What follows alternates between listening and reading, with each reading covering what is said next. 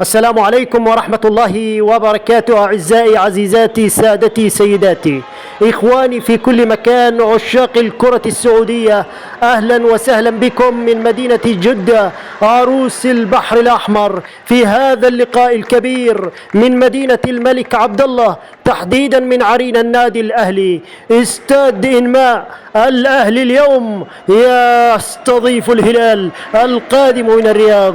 الهلال زعيم الكرة السعودية بل زعيم آسيا. لمن هذه المواجهة ستكون؟ الهلال أم للأهلي؟ هذا النادي العريق وكليهما عريق. النادي الأهلي الذي تأسس له الأسبقية في التأسيس، تأسس في العام 1937، بينما تأسس نادي الهلال تأسس في العام 1957 تأسس في 16 من أكتوبر 1957 برئاسة عبد الرحمن بن سعيد، وكان لمدة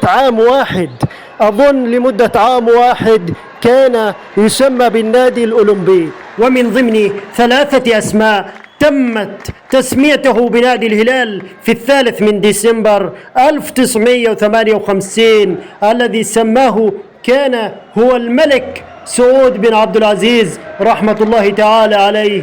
ونعود إلى أجواء اللقاء. إذن هناك هجمات أهلاوية مستمرة، رياض والعرضية، ولكن عدت بسلام إلى خارج أرضية الملعب. فرصة أولى، فرصة للنادي الأهلي. هذا رياض الجزائري، رياض محرز،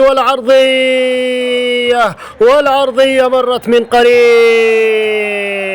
العرضية لم تجد المتابعة، عدت بسلام. وكرة للهلال. الهلال عند مالكوم، الله، مالكوم من الشرق إلى الغرب. هذا فرنانديز بالمرمى.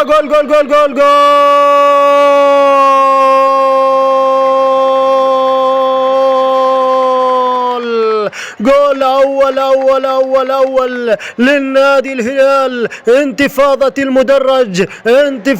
المدرج الهلالي. الهلال يضرب بقوة في هذه الدقائق والثواني. إذن المدرج الأزرق، الموج الأزرق تتحرك. انظر إلى الكرة من الشرق إلى الغرب، عبرت الأجواء من الرياض إلى جدة. إذن الهلال يتقدم بأولى الأهداف عن طريق الفرنسي هرنانديز.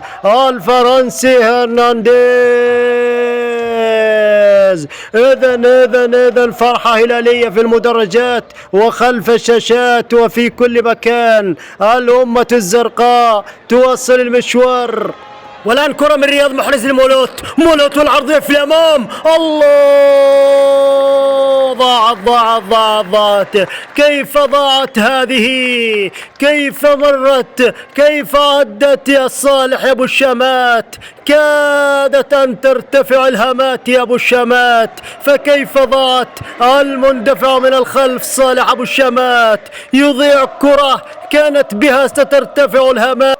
والآن عند مولر عرضية، فيروس تقدم، عرضية، الله في المرمى. جول يا الله. هدف تقليص الفارق وبعد تمريرة جميلة وعرضية من فراس البريكان. الأهلي يعود، الأهلي يقلص الفارق.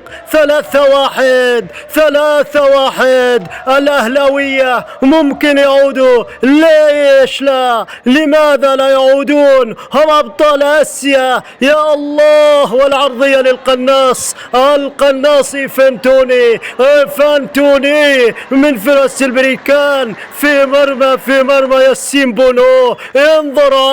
انظر على تسديدة في مرمى ياسين بونو. والآن الله، الآن هلالية هلالية هلالية. ما الذي جرى يا نونيز؟ كنت ستقتلهم، كنت ستقضي على آمالهم، كنت ستقضي على المباراة تماما.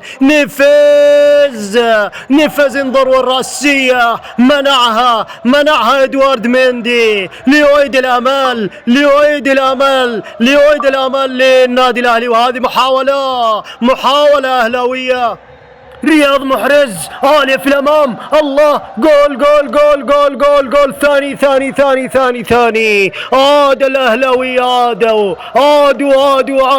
وارتفعت الرايات الخضراء في شباكك يا ياسين بونو. هدف ثاني للنادي الأهلي سيعود، باقي هدف يا أهلي. إذن فرحة أهلاوية عارمة. هل سيعودون؟ النادي العريق ربما يعود. وهذه العرضية من مصدر السعادة دائما، يا مصدر السعادة الجزائري رياض محرز في مرمى المغربي بونو. إذن الكرة الآن كرة الآن في المحطات الأخيرة من المباراة. هذه الكرة من ركنية من كورنر. يلا رياض عالية، جول جول جول جول جول ثالث لتصير 3-3. كبير يا أهلي، كبير كما أنت كبير يا أهلي. الأهلاوية يفرحون وحق لهم أن يفرحوا. كسبوا هذا اللقاء. نعم أقول كسبوا لأنهم عادلوا النتيجة. وفي مرمى بونو برأسية من هذا الصقر الذي ارتقى جالينو. هذا الصقر دبرل عندما تلقى كرة من مصدر السعادة والفرح دائما. مصدر السعادة الجزائري رياض محرز. والهلال يحاول. هل من هدف رابع في الدقائق 10 الأخيرة؟ إذن سيد الحكم يطلق الصافرة في هذه الأثناء بمباراة ماراثونية. تابعوا مباراة ماراثونية في الكلاسيكو السعودي هنا في عروس البحر الأحمر بمدينة جدة. الأهلي يتمكن من أن يعادل نادي الهلال بعد أن تقدم الهلال بثلاثية نظيفة، إلى أن النادي الأهلي عاد ليؤكد التاريخ. نعم، ليؤكد تاريخه ومكانته بين الأندية.